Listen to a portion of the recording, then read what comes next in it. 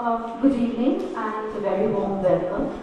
It's a pleasure to have with us today Dr. Sanjay Barbora to speak on peasant students, insurgents and popular movements in contemporary Assam.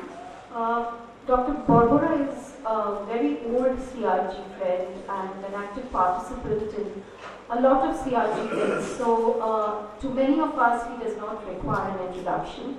But he is also currently Dean of the School of Social Sciences and Humanities at the Tata Institute of Social Sciences in Guwahati. He's held various other positions as Regional Manager for Media and Conflict Program in Panos South Asia, which is a media support organization that works with advocacy groups and researchers to ensure visibility of marginal voices in the media, and he's really very well qualified to talk about movements in contemporary Assam because he has been associated with civil and democratic rights movements in Assam since 1995 and of course written extensively on issues of autonomy, human rights and social movement.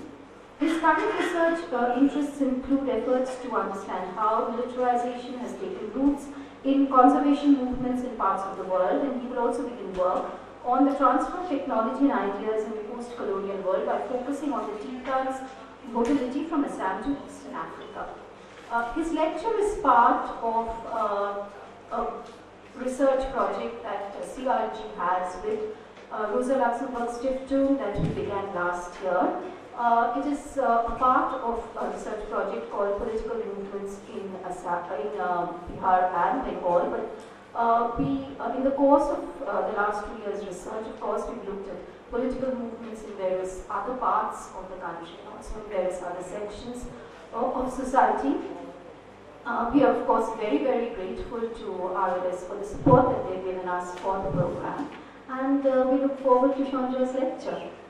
Could I also request Professor Shamanta to kindly take over as the chair of the session now?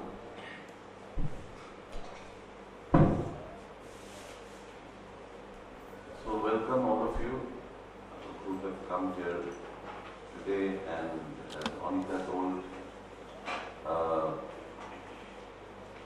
this is the first session of the 1.5-day workshop on the two programs that we have, one on the logistics infrastructure and locus policy of the Indian government, and an evaluation of that, of the various segments, and the other one is the reflection of popular movements in Bengal and Bihar. So we wanted to also have some ideas and some discussion on popular movements in the Northeast. And we felt that on one hand we were reflecting on the locus policy, its impact on Northeast, and on the other hand we were not thinking of what is happening to the society there. The interface between government's policies and the government's policies and the state of politics there. So there could not have been any better speaker than Sanjay, and so we are eager to speak on peasants, students, insurgents and popular movements in contemporary Assam.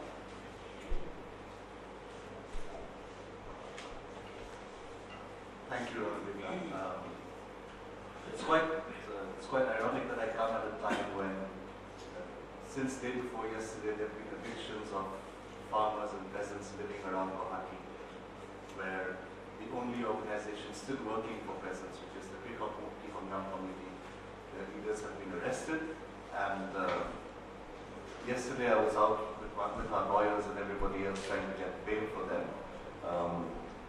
Thank you. So, thank you very much. If I'm going to begin.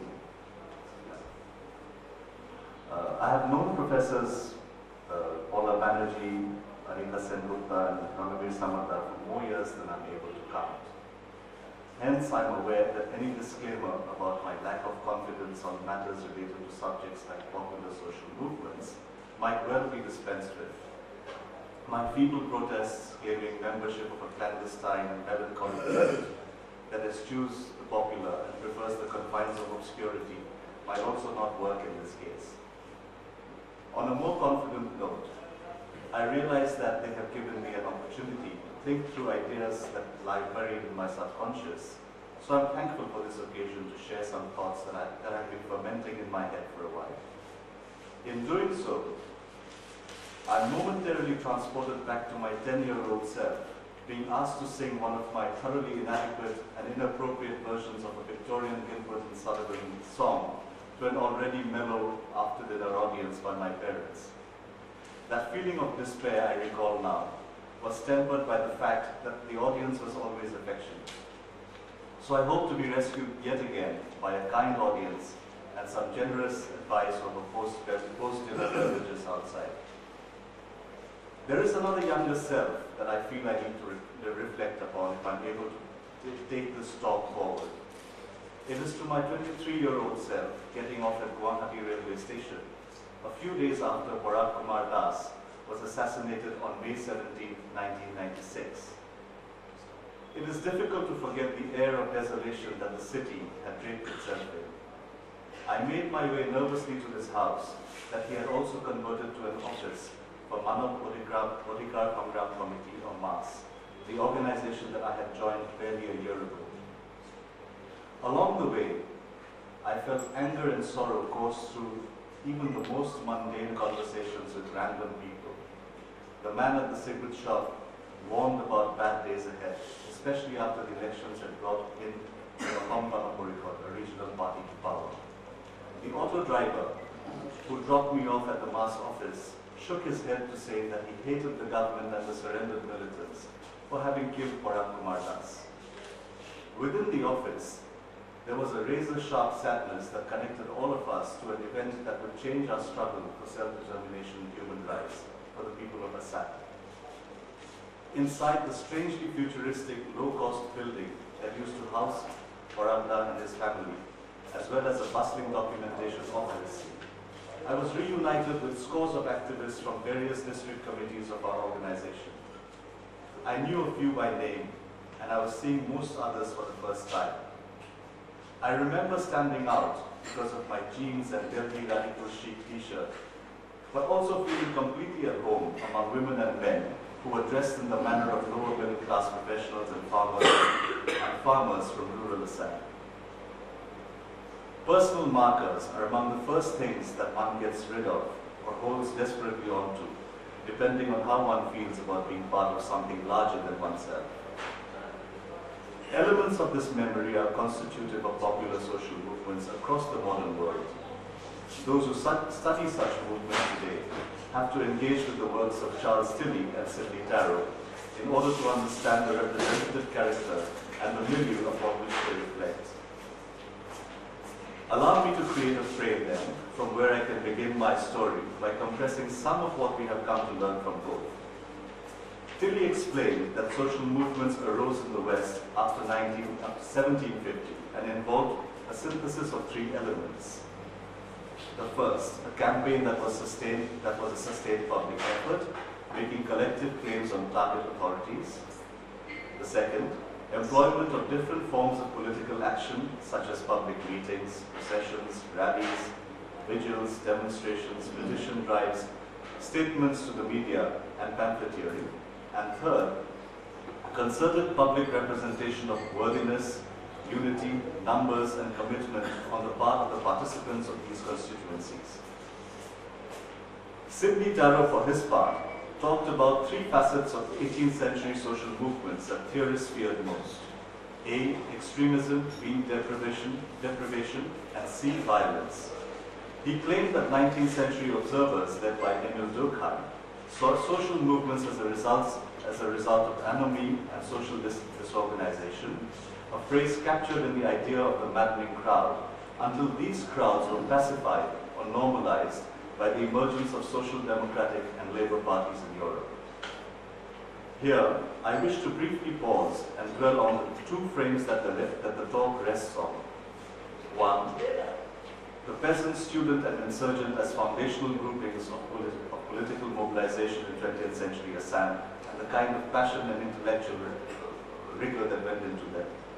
And two, reflecting on the idea of the popular, at a time when one's earlier categories of social action are being reconstituted at the click of a mouse. My talk today will dwell on the three figures that have animated popular social movements in contemporary Assam. The peasant, student, and insurgent have been invoked in various scholarly works as the central figures of revolt in the state. I will try to see how they emerge as figures of dissent around whom social movements could be anchored, and if there was any traffic of ideas between them. Did the peasant become an insurgent? Or did the student go back to the farm in some idealist version of a Maoist project? Most importantly, what kind of passion or intellect was at work when such mobilizations were taking place? Through such questions, I reflect on where these figures have come to rest, even if for a moment, in contemporary Assam. The first slogan I have with me is Namal Zar Mahitar, the plowman owns the land. Historians and commentators of modern Assam have told us about the many ways in which the colonial state had disrupted old agrarian structures of the Ahom kingdom in the Brahmaputra Valley. Orupjoti Khoikia's work on peasant protests in the valley evoked the contentious world of peasant politics during the 1940s, when rather than celebrate the impending transfer of power from British rule, subsistence farmers were taking to the streets and laying claim to plantation and forest land in order to assert their custodianship over land.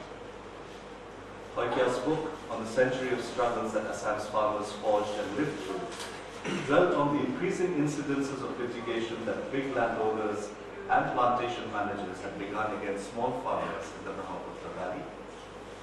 He further deliberated at length on the different tactical and strategic lines that two important parties, the Revolutionary Communist Party of India, RCPI, and the Communist Party of India had taken in order to mobilize the peasants in the valley.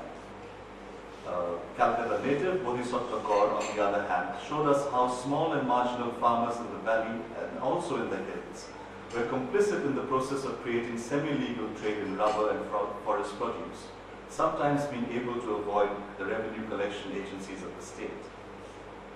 From their lively accounts of crafty peasants and militant action by their leaders, we are able to reflect on the kind of contradictions that existed in the middle of the 20th century. At the center of these descriptions is the issue of taxation, as the reason for militant action in the colonial period always had to do with the peasants' resistance to paying off a state that was not interested in protecting their lands and lives. As a matter of fact, whenever the peasant appeared in the archives of the colonial state, one could reasonably be certain that there was some trouble in the air and the peasant was in need of rescue. Historian Amalendu Guha, in his classic book Planter Raj to Swaraj, had a very interesting section on nationalist and communist leaders of Upper Assam being concerned about the plight of the peasant. They had identified the plantation as a soul-crushing, surplus-sucking source of misery for Assam's farmers. For one, it had taken over upland areas that were earlier used for seasonal cultivation and foraging. For another, it had created an enclave colonial economy where local people did not eat what they produced and did not produce what they ate. Thus, nationalists encouraged peasants to set up their own huts where they could sell their surplus to the emerging urban classes. As a child returning to Jorhat for the winter, I recall my father's attempt to retrace the 6-kilometer distance between our village and a nationalist hut in Meleng, where he said his father would trek to every week, just so that he could show solidarity with the nationalist cause. Like many 20th century upper caste Uzonio Khom nationalists who had been educated outside Assam and had stopped farming, my grandfather saw no contradiction in his support for the nationalists and their concern for the peasant, with the fact that our clan still had other families attached to ours as part of the pre-colonial arrangement that was set up by the Ahom state. As people like him moved away from agriculture, making sure that all his sons would never have to plow the fields, he was supposed to have become even more rigid in in his support for a version of Assamese nationalism that saw people fixed to places that colonialism had relegated them to. The plantation laborer in the plantation, the Marwari and Bengali in the cities that were connected to one another by trains, the tribes in the hills, the Muslim immigrants in the Saur, and the English in their bungalows in the plantation and in the cities. And the Assamese, of course, in villages that were constantly trying to retain their pristine character, even as they made efforts to reach the cities.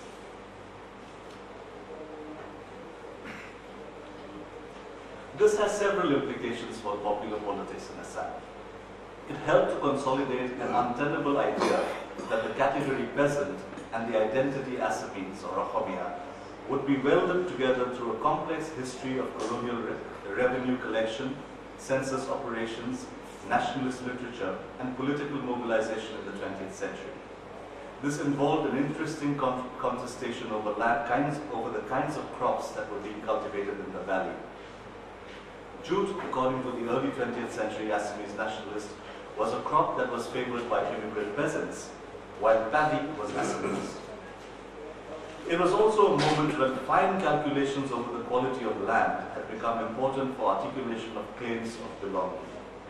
For instance, the radical political figure for peasants of East Bengal origin, Maulana Abdul Hamid Khan Hashami, often claimed that it was the Bhatiali peasant who had transformed the wastelands of Assam. His name attests to the importance of types of land to a people. Hashani was appended to the Maulana's name because he had decided to build his house on a sword called Ashan when the British expelled him from Bengal in the early 1900s. He stayed on in Assam, drawing huge crowds at rallies against British imperialism, where he was constantly speaking against the Muslim League, led by land-owning, English-speaking Assamese person from Upper Assam, Sir Syed Sadullah. The Maulana accused the League of selling out and Sadullah of being a postbox for the British, always delivering bad news to the hard-working peasants. The Maulana's mobilization was not very effective in areas where the Bhatiali peasants were missing or in smaller numbers.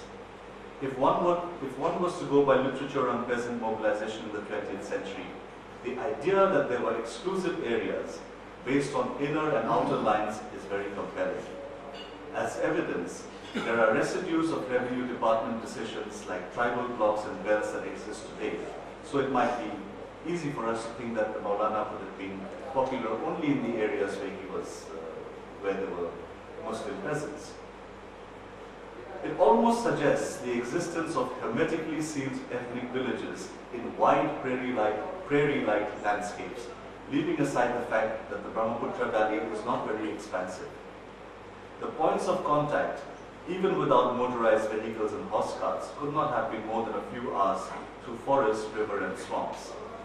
It is intriguing, therefore, that the peasants chose their leaders as much as the leaders chose to represent them.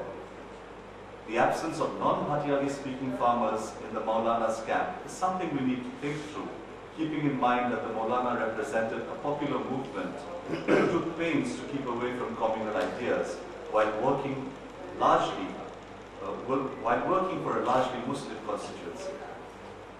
In a parallel world, some political leaders of Assam have been addressing the inequalities arising from the tea and oil industries, albeit in a very coy manner. By the early 20th century, there were at least a few Assamese families who had begun to plant tea and employ indentured laborers like their European counterparts. Some were also involved in the Swatantra Party that was nervous about socialist influences in nationalist politics and were amenable to concessions from the colonial administration. They had imbibed the same ideas of hierarchy as the British, ensuring that the workers in the plantations remained in the labor lines. There were a few interesting differences though. As a child visiting relatives who were managing plantations in the 1980s, I would ask my parents why they were referred to as Mem Sahib and Sahib in some estates, and Baido and Kokaido in others. It turned out that the plantations belonging to Assamese owners felt more comfortable with salutations by their workers in the vernacular. I also recall the ease with which my upper caste, land-owning and rice-eating relatives were able to slip into their modern European whiskey drinking and tea sipping selves. They had made a decision to use English education to move out of agricultural work, and to a large extent, it helped. Like them, there were other groups of Assamese people who began to see their futures in the expanding industries and institutions of the colonial state. The discovery of oil had also led to a different order of anxieties among political leaders in Assam. Given the fact that they did not have to deal with indentured laborers, it seemed like a different project from the tea plantations. Oil required skilled geologists, engineers, and technicians. These were aspirations that were desirable and doable for the emerging early 20th century Assamese middle class. It saved them from agriculture-like work in the plantations that was done by indentured workers, and allowed them to apply science and technology in their working lives. So, when the transfer of power happened in 1947, some Assamese-speaking professionals would follow their jobs, while a vast majority were left to live off the land. However, the end of the planter Raj did not make a considerable difference to the emerging educated classes in the region.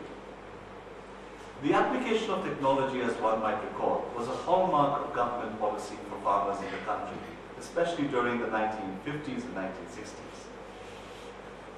It was during this period that engineers and agricultural scientists spread out from the colleges and universities across Assam to make yet another significant transformation of the landscape. Canals, dikes, embankments, and other infrastructure to manage the flow and levels of water in Assam's rivers and water bodies were taken up with an urgency during this period. Foreign aid and government policies of extending support to farmers meant the expansion of shallow tube wells all over the valley. The post-colonial state was keen to show that it would work for the peasants, as they were an all-important base for political mobilization. In the course of my fieldwork and interaction with friends in some paddy growing areas around Guwahati and Nagaon between 2000 and 2015, I was struck by the sharply contrasting memories that people had about these initiatives. For many village-based activists, especially those who were close to the kind of views expressed by the United Liberation Front of Ahom or Alpha, the embankments and canals were among the root causes of conflict. They complained bitterly against the rivers that were blocked in order to control floods, as well as against the canals that were constructed to irrigate scrubland areas. I remember my activist friend, Habibur Rahman of Nagaon, saying passionately back in the year 2000 at one of MAS's annual meetings in Nagaon, I quote, "If only Alpha had the courage to explode the dikes and that prevent the Kolong River from flowing freely," he said wistfully. In his mind, the explosion would allow the people of Nagaon to eat all the wild river fish like babo and sitol that he said had swum along the river until its mouth was closed as part of an effort to prevent Nagaon town from flooding in 1961. I reminded him about the floods, and he looked at me as though I was a police informer.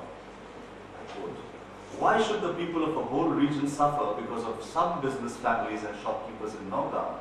he asked testily.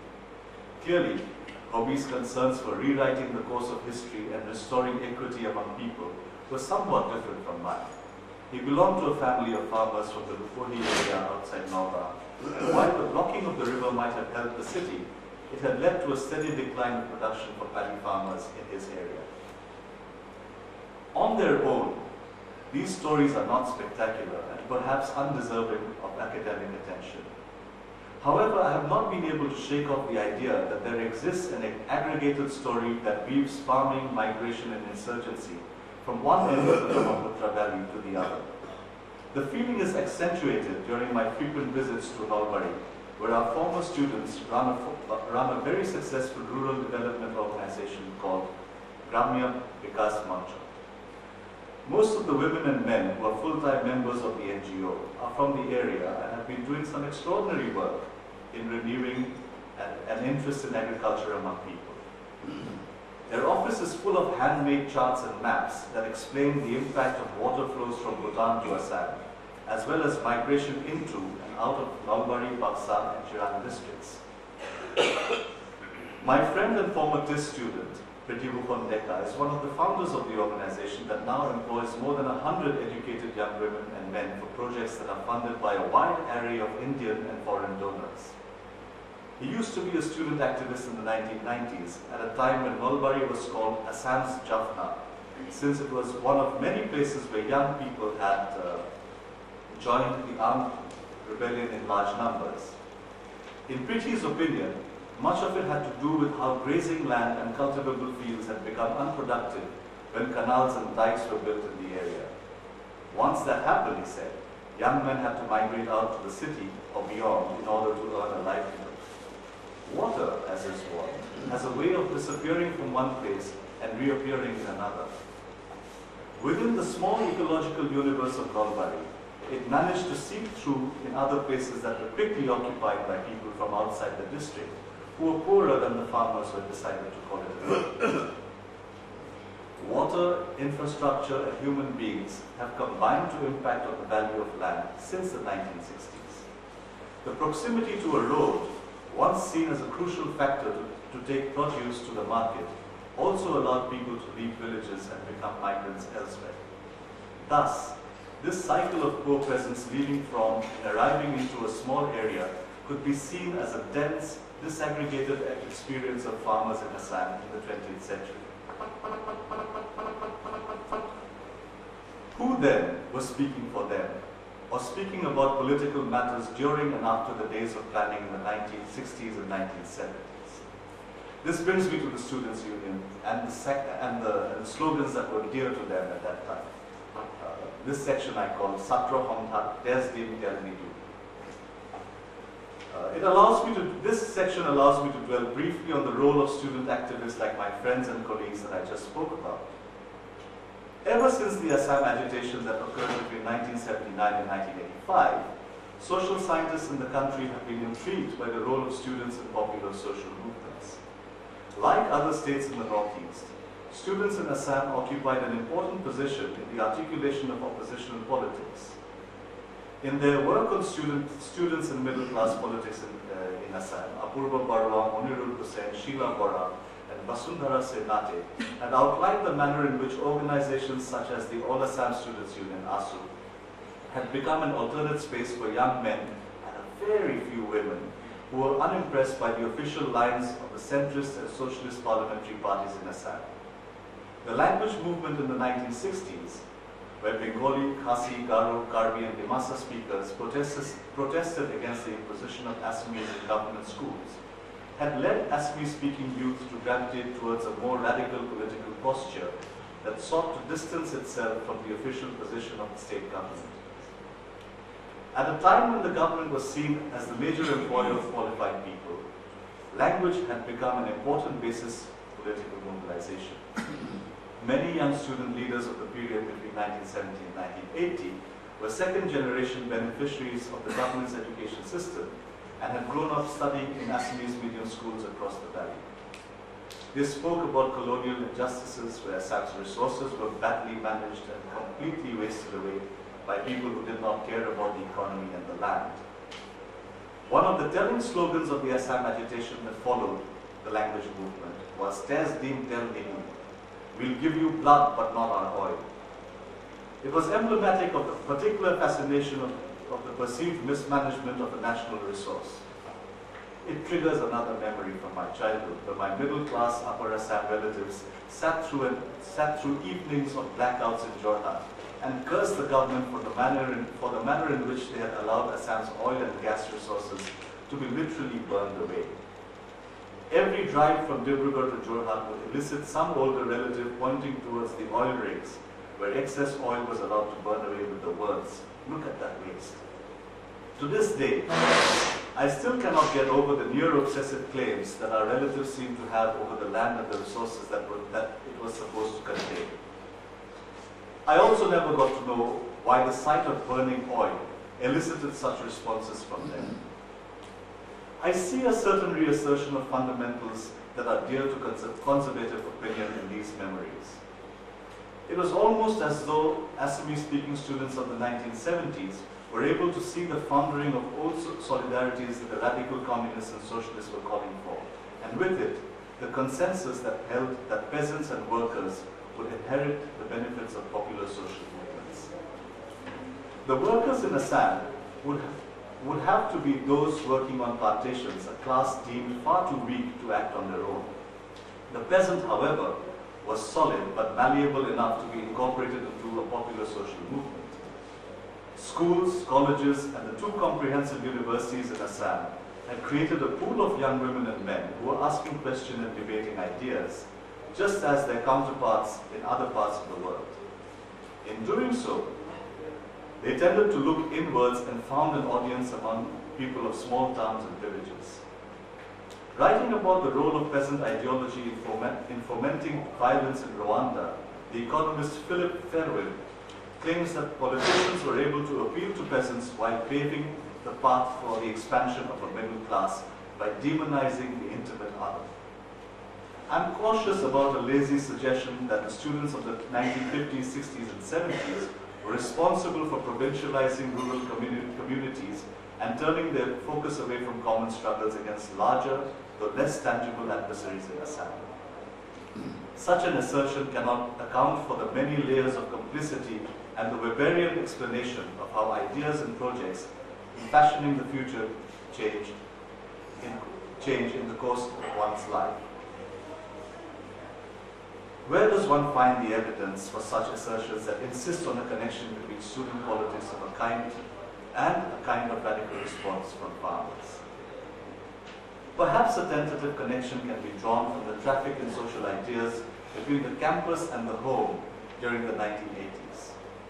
As the notion of blood and land, very Nazi, began to circulate in tragic ways, so did animosity against the other. Campuses across the state were reverberating with slogans about burning fires and wasted resources. In various social science departments across universities, students and mentors were also writing and researching on ideas that demanded immediate attention. Sifting through old dissertations in the university libraries in Assam has become an exercise in education for me. Sociology departments have dissertations about changing social structures of tribes and communities that the researcher belongs to. Anthropology departments, on the other hand, have interesting field-based descriptions of communities that are trying to preserve some aspect of their identity, and history departments have dissertations that look into retrieving a dignified past for the communities that students belong to. The tone and tenor of the dissertations that emerge from the period and continue into today are tinged with a nostalgic view of the rural world. Farmers emerge in a timeless manner, struggling for that calorific quota that Eric Wolf had outlined in 1968, at a time when peasant struggles had captured the mind of social scientists of a generation. Student theses in Assam picked on some aspect of Wolf's ideas about peasant societies around the world, mainly about their need to survive against competing claims on their resources, without delving into other aspects like the risks involved in sustaining their way of life. My point here is to shed some light on the charged world of academia in Assam at the 1970s during the period of 1970s to 1990s. Universities, both technical and comprehensive, were the sites of a peculiar self-referential traffic of ideas. As they began to look inwards while attempting to act upon the political events on which the streets, the social sciences reflected the growing disconnect between two competing ideas. The first was the universal idea of a civic communitarian vision of Japan, while the other was the pursuit of angry claims to a particular identity. From the 1990s until now, one can see the tensions that arise from a provincialization of academic ideas and the frequency with which a particular kind of identity politics found its way into the functioning of the university system. Student politics during this period sought self-validation in movements that emphasized differences through claims of historical oppression that were unique and could not be shared with others. However, there were also some ideas that sought to focus on a shared history of oppression and economic exploitation. Those who spoke of such things tended to carry guns to amplify their voices. So it was with us in the 1990s, when the violent expression of anger from below was met with an equally brutal but wholly disproportionate violence reaction from above. This brings me to my last section, which is on Manav Adhikar Hongram Committee. It's on Manav Adhikar, Sathina Hom Aru Atmanirantara Adhikar. When the army came to Assam in 1990, we experienced a flattening of identities as soldiers entered any home that they were asked to search. For me, growing up as an English-speaking middle-class privileged male, that was a moment of revelation. No matter how hard I try, I find it difficult to forget the collective humiliation of checkposts, body searches, and abuse that we were subjected to. I did not need Ben Anderson's book on the power of print nationalism or Partha Chatterjee's rebuttal about inner-worldly nationalist responses to realize that something had gone horribly wrong in post-colonial middle-class Assamese ideas about our place in the country. Humiliation and anger are enough to sustain an anti-national identity, and that was what moved me to join MAS in 1995. However, the organization that I had joined espoused a different kind of politics from the one that the students were talking about. There was an emphasis instead on expressing a vernacular version of the Universal Declaration of Human Rights. Many of our colleagues, like Hobibul, who I spoke about earlier, drew common inspiration from the political journeys of activists who had joined Alpha. Even as we began to document cases of human rights violations in the state and move these cases to court, we began to build an intellectual argument for the right to self-determination for the people of Assam. Just as Alpha had declared a war of liberation for the people, we too saw ourselves as volunteers of a society that had been crushed by the state. However, we still had to combat ideas and ideologies that were in opposition to the universalization of the right to self-determination. I quote, why are the Boros fighting for a separate war when they should be uniting with us? Someone asked as we took a crumbling bus from Guwahati to Udalguri for a fact-finding. My comrade and mentor, Sanjay Barbora, with his legendary patience, explained that it was impossible to insist on homogeneous identities, especially when a particular group had already declared that they were different. Our fellow travelers on the fact-finding bus were not convinced, as they thought that they were representatives of the old peasant mobilizing left. To marshal evidence for their arguments about a singular Assamese identity, they went back to the 16th century Vaishnavite saint, Srimanta Honkordev, who spoke of an umbrella Ohomia identity. On that day, an exhausted Lachit Bordoloi exclaimed, I quote, but Honkordev did not write the constitution of Alpha, did he? We all laughed and felt sheepish, but our Lachita had grasped the essence of a particularly modern problem. The historian Mark Lilla had recently railed against the liberal retreat from civic politics in the global north. Like our friends on the fact-finding bus, he felt that liberals around the world had done a great disservice in furthering the cause for identity movements. For liberals, he said, the unit of political activism is the romantic self. Its fullest expression is the urban demonstration in support of a particular cause, as big and boisterous as possible. For me, the human rights movement in Assam was different because it stayed away from this kind of single cause, march-oriented, hashtag-friendly expressions of identity politics, at least in principle. In reality and in spirit, we were compelled to aggregate and disaggregate according to the demands that were made of us. For once, it seemed as though the peasant, student, worker, and insurgent in Assam would be able to anchor their ships in one dock on the course of their difficult journeys into uncertain futures. As our world settled to rest on that particular Hegelian moment, we realized how fleeting it was. The Mass Office today is a shadow of its bustling self that existed in 1996 when Morandas was killed. Only a few people remain to do the press cuttings, but the documentation center has long stopped functioning. By 2009, our passion seemed to have become a banal political accessory, as ceasefires, surrenders, and peace talks took over from the kind of sustained campaigns that Charles Tilley was talking about. It is hard today to distinguish between the charlatan, the poser, or ego tripper from the idealist who wants to do good and whose passion may be sincere. It brings to mind Ernesto Laclau's contention that democratic imagery has less to do with the emergence of liberal institutions and is more concerned with the ways in which popular sovereignty has become the organizing force of the modern state and modern political imageries. Incomes from the farming sector have not risen in the last decade.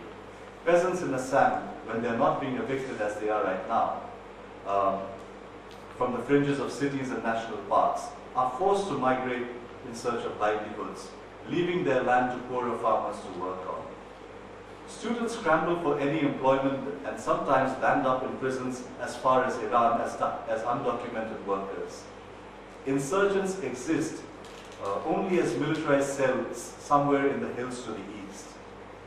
Each one of them is imbued with passion and exhaustion in equal measure, but it does seem as though we are unable to translate it into something more. We defend our passions privately and resentfully even.